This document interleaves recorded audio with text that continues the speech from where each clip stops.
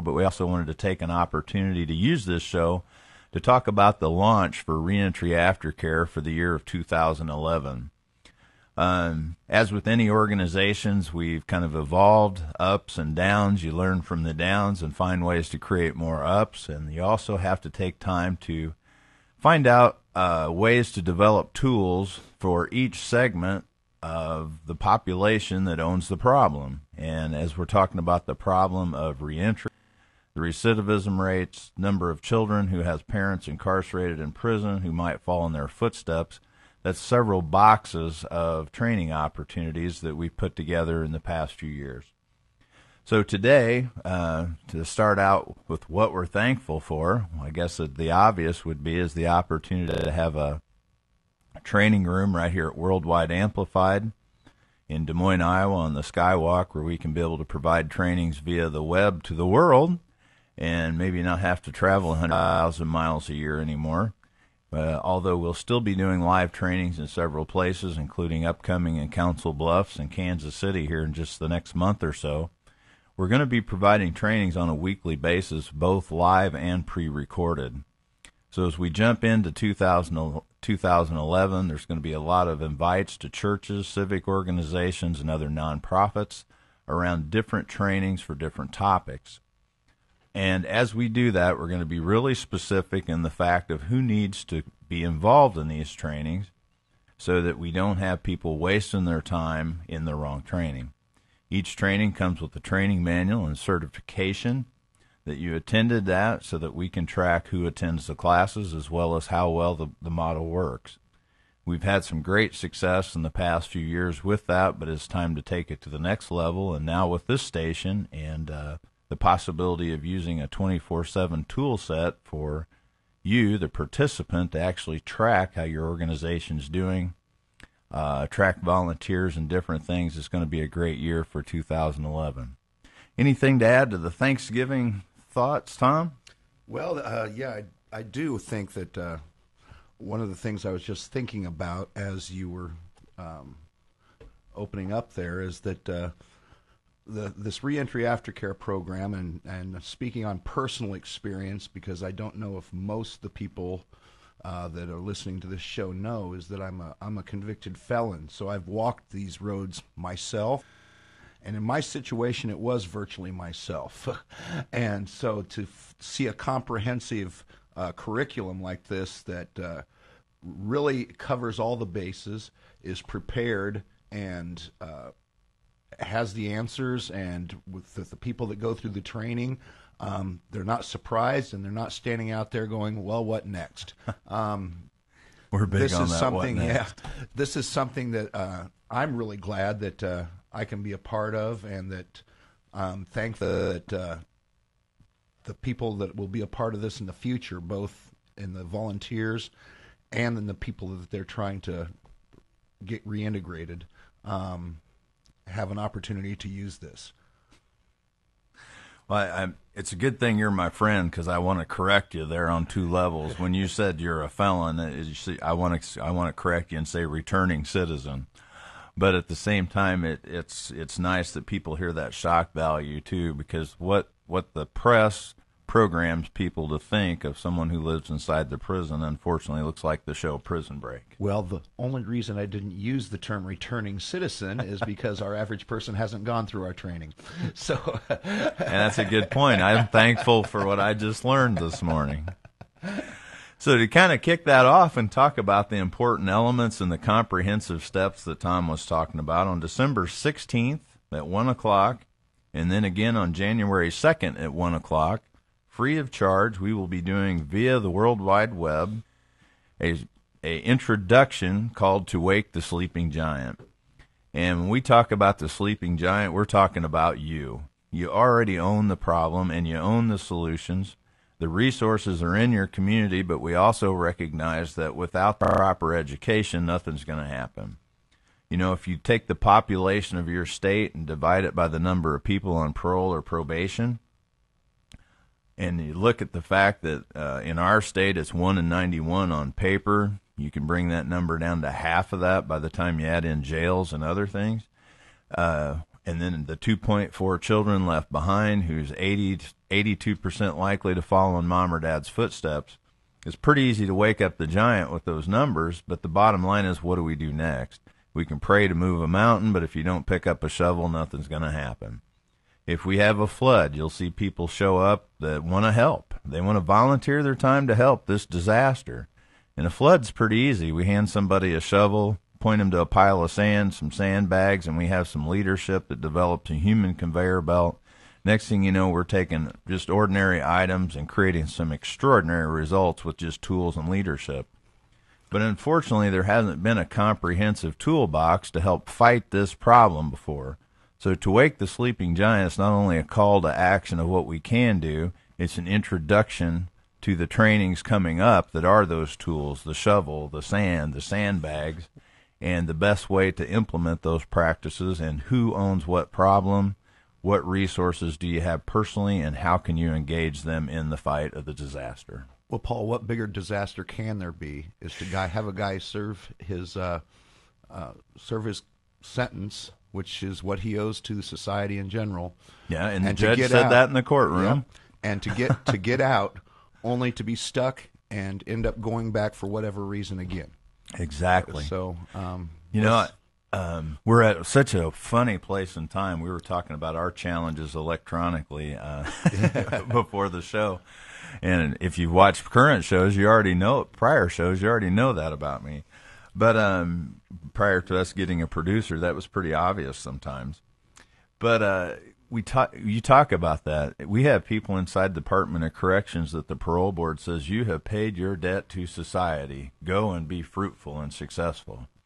And then they're walking through the gate of a world that goes from 2 miles an hour to 60 in just a matter of seconds. We pride ourselves on networking, social networks, and all these things that we do to try to enhance capacity, but there's a barrier between that group of people and the society as we know it, a huge one.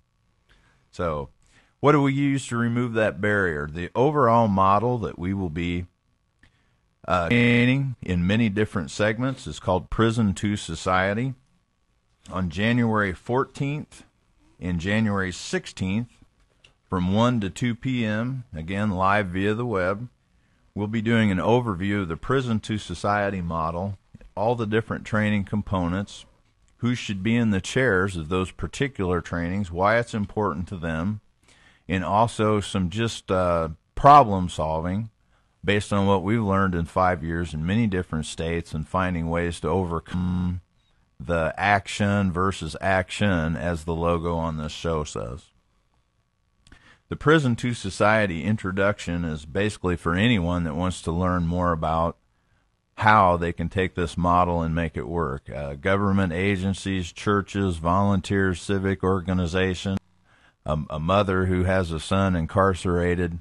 That particular intro is for people. People in general, that's who we want to see. This is the important part of it too, Paul, because I was a member of a faith-based organization, and I'm also very thankful for IFI while I was in prison. And we had some wonderful, wonderful volunteers that would show up every week, come into a prison, which, you wouldn't catch most citizens.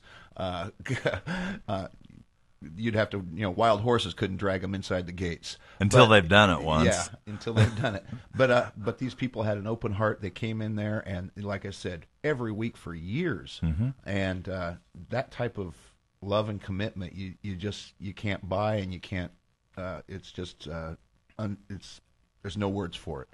But the problem is that they have a wonderful heart, but it's the action steps. What do I do with you? Because these people with the wonderful heart never had these same kind of barriers themselves. Correct. Everybody has life situations that they have to overcome. But it's like, I might as well have been airdropped into Spain when I was when I was released, and that's what it is. You walk into a Hy-Vee store with the deer in the headlights look, because you don't know what to do once you walk through that door. Lots of choices in there, and I think the volunteers may have that same kind of feeling. Well, all right, I've got this guy. What do I do with him now? So exactly. And when I hear you say that, I was visualizing several things, including the fact that I've met a lot of those folks personally, and they have a heart for they have a heart for seeing you as an individual, and they want to develop a relationship with you. But in the past, there's also been some roadblocks that when Tom gets out of prison, you can't have any contact with him unless we know about it if you want to go back in the prison. And because of security policies we put together in the past, we've taken those relationship building possibilities and actually challenged them on the outside. So we took time in the prison to society model to find ways to utilize those relationships that are on the inside and kind of take it to the next step, which is our Bridges to Success training, where we can actually build a bridge from the inside the prison to the community on the outside, but keep those relationships intact so we're not dropping someone isolated in the middle of Spain with absolutely no relationships or connectors. Well, one thing, when we first met, I had to have a special dispensation with my supervisor to That's correct. To interact with you even. So correct. People don't understand. You just can't go out and do it. Without the right tools and without the right education of how to use those tools.